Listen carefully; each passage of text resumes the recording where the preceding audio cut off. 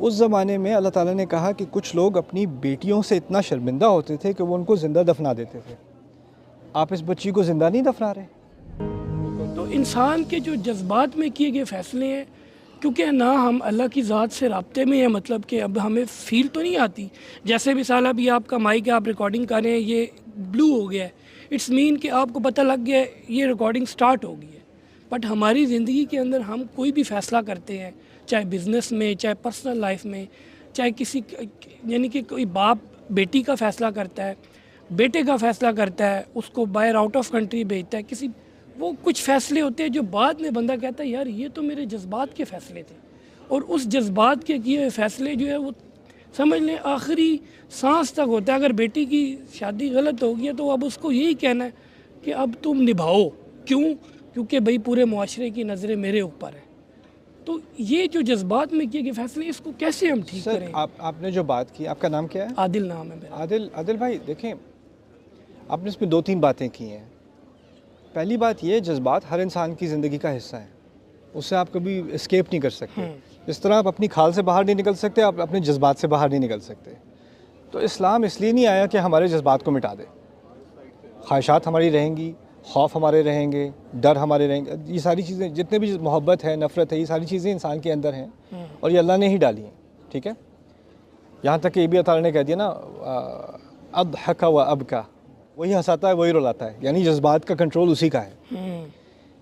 दूसरी बात, जो असल बात क्या है कि जज्बात को मिटाने के लिए दीन नहीं आया, लेकिन जज्बात को एक दायरे के अंदर रखने के लिए दीन आया है। देखें, जज्बात का तकाज़ा ये है कि अगर मैं कहूँ मुझे भूख लगी है, मेरे साथ को बैठा, मैं उसका खाना पकड़ के ऐसे मुंह में डाल लूँ। अकल का तकाज़ा क्या है? मैं अपने जज्बात को कंट्रोल करता हूँ, कहता हूँ पहले मुझे कमाना है, फिर ये पैसे खर्च करके मैंने खाना लेना है और खाने को इंसान की तरह खाना है। यानी हम हर वक्त, हर रोज़ गाड़ी चलाते हुए आपको अपने जज्बात कंट्रोल करने पड़ते हैं। जॉब पे आपको अपने जज्बात कंट्रोल, किसी को जॉब पे जाने का दिल नहीं चाह रहा होता ट्रैफिक में फंस के सुबह बॉस की गालियाँ सुनने के लिए, लेकिन जाता है ना, वो जज्बात को ही तो कंट्रोल कर रहा है ना। तो हम दुनियावी मकासद के लिए अपने जज्बात को कंट्रोल करते हैं, लेकिन असल बात जड़ आपकी बात की पता है क्या है? कि देखें, 2 तरह की तवक्कुआत हैं। एक तवक्कुआत है अल्लाह ताला की, ठीक है, वो बहुत आसान है। दूसरी तवक्कुआत है इंसान की, वो बहुत मुश्किल है। और हमने क्या किया है, अब हमने इंसान की तवक्कुआत को इतना ऊपर कर दिया है कि हम अल्लाह ताला की तवक्कुआत को भी पीछे छोड़ जाते हैं। और यहाँ तक कि हमने किसी को शर्मिंदा करना है, जिसने अल्लाह की नाफरमानी नहीं की लेकिन मेरी नाफरमानी की है, वो बहुत बड़ा गुनाह है। जो अल्लाह की नाफरमानी करे उसकी खैर है, जो मेरी नाफरमानी कर ले, मुझे डिसअपॉइंट करे, उसकी खैर नहीं है।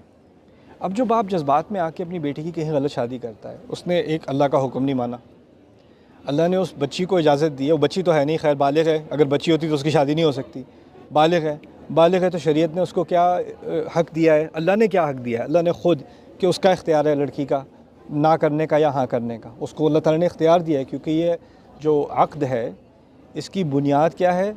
2 ख़ुद मुख्तार लोग जो अपनी मर्ज़ी से इस रिश्ते में दाखिल हों। अगर उसकी अपनी मर्ज़ी का फ़ैसला नहीं है और बाप के प्रेशर में वाक़ई कर रही है, तो आप फ़ुक़हा से पूछ लें इसकी क्या हैसियत है इसकी। ये इसमें कोई इख्तिलाफ़ वाली बात भी नहीं है। दूसरी बात कि अब एक बुरा फ़ैसला कर दिया, अब वो भुगत रही है, उसको पिट रही है, उसकी ज़िल्लत हो रही है, कुछ हो रहा है, और बाप कह रहा है अब निभाओ, क्योंकि हम कहाँ मुँह दिखाएंगे। उसको इस बात की कोई फ़िक्र नहीं रही कि वो अल्लाह को क्या मुँह दिखाएगा। उस ज़माने में अल्लाह ताला ने कहा कि कुछ लोग अपनी बेटियों से इतना शर्मिंदा होते थे कि वो उनको ज़िंदा दफना देते थे। आप इस बच्ची को ज़िंदा नहीं दफना रहे, इसको ये ज़िंदा दफनाना नहीं है, इसके बारे में पूछगछ नहीं होगी, उसका हक़ नहीं मारा। और किस लिए? कि लोग क्या कहेंगे। और ये जो उससे बहुत बड़ा सवाल था, मेरा रब क्या कहेगा, वो मिट गया। उसके बारे में कोई जज्बात नहीं है, वो भी जज्बात का मुस्तहिक है कि नहीं? वो जज्बात गायब हैं। अब लोगों के जज्बात, और ये बाहर भेजना या फ़लाना फ़ैसला करना, किसी पर इम्पोज़ करना, ये सब हम करते हैं। हमारी सोसाइटी का एक सबसे बड़ा मसला पता है क्या है? इसको मैं इंग्लिश में कहते हैं रैंक, मर्तबा। कितने फ़ैसले हम करते हैं मर्तबे के लिए। तालीम इसलिए नहीं कि इल्म से मोहब्बत है, तालीम इसलिए कि इसकी डिग्री के बाद एक मर्तबा मिलेगा। जॉब कहाँ करनी है, अच्छा ये जॉब है तो लोगों को बताऊंगा मेरी जॉब है, कहीं और है तो वरना मर्तबा नीचा लगेगा, इसका जिक्र ना ही करो तो बेहतर है। रिश्ता कहाँ करना है, अच्छा लड़का है उससे मुझे कोई लेन देन नहीं है, फैमिली का मर्तबा क्या है। यानी हमारा एक तरह से खुदा बन गया है, मर्तबा खुदा बन गया है। और उसकी इबादत में अगर अल्लाह ताला की बात की नफ़ी भी हो ना, हम आसानी से करने को तैयार हैं, आसानी से। तो ये बात मेरे नज़दीक जज्बात की नहीं है, मेरे नज़दीक ये बात क्या है कि हमने कुछ चीज़ों को जाने अनजाने तौर पर हमने उसको एक यानी इलाह का अच्छा मकाम सर, दे वही दिया। फैसला 10 साल बाद या 15 साल बाद अगर जो है उसमें एरर आता है तो फिर वही बाप या वही इंसान कहता है यार मुझसे गलती होगी, तो अब उसमें वो फिर उसको क्या माफ़ी मिल जाएगी उसने जो मतलब कि पीछे किया देखिए, है? दो चीज़ें हैं, एक है मेरा और किसी से मसला, उसने माफ़ी मांगी, मेरे लिए वो माफ़ी काफ़ी नहीं है। 15 साल मेरे उजाड़ दिए, अब बड़े आराम से आपने माफ़ी मांग लीजिए, ठीक है, मेरा दिल नहीं मान रहा, वो मेरा उसका मसला है।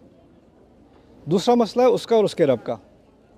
अब मुझे तकलीफ़ क्या होती है कि अल्लाह के पास जाएगा, अल्लाह तो इसको माफ़ कर देगा, उसको तो खुली छुट्टी में, मेरे साथ भी ये किया और वहाँ भी खुली छुट्टी, ये क्या अनफेयर डील, राइट। शर्मिंदगी की वजह से जी, हाँ, शर्मिंदगी होगी, तो गलती हमें होगी। हमें चाहिए इंसाफ। तो उसमें पहली बात समझने की ये कि अल्लाह ताला किसी के साथ ना इंसाफ़ी नहीं करेगा, और दूसरी बात ये कि उसकी सज़ा जो तसल्ली आप समझ रहे हो ना कि उसके साथ इंसाफ हो या उसकी पूछगछ हो, फिर मुझे तसल्ली मिलेगी। अल्लाह ताला के यहाँ जो इंसाफ का निज़ाम है ना, वो हमारी अदालतों से बहुत बड़ा है। ऐसा भी हो सकता है कि अल्लाह उसको भी माफ़ करे और आपके दिल को भी तसल्ली दे दे, और आपको ये भी ना लगे कि इंसाफ नहीं हुआ। वो उसके यानी उसकी हिकमत में ये चीज़ें हैं, गैब के अंदर हैं, लेकिन वो हमारे बस की बात नहीं है। अल्लाह ताला को अपना इंसाफ हमें समझाने की ज़रूरत नहीं है, इतना कहने की ज़रूरत है कि वो अल-अदल है, वो इंसाफ करता है, इतना मेरे लिए काफ़ी है। देखिए, हमें इत्मीनान नहीं होता कि हुकूमत इंसाफ करेगी या हमारे बड़े इंसाफ करेंगे या कोई जज इंसाफ करेगा, लेकिन एक बात पर पूरा एतमाद होना चाहिए, समझ में आए ना आए, वो क्या है, मेरा रब इंसाफ करेगा। ये इसमें कोई इधर उधर की सोच नहीं आनी चाहिए। होता क्या है कि इसने तो इस्तिग़फ़ार कर ली, अब तो ये नमाज़ें भी पढ़ रहा है, इसको तो अल्लाह माफ़ कर दे। नहीं, अल्लाह आदल है ना।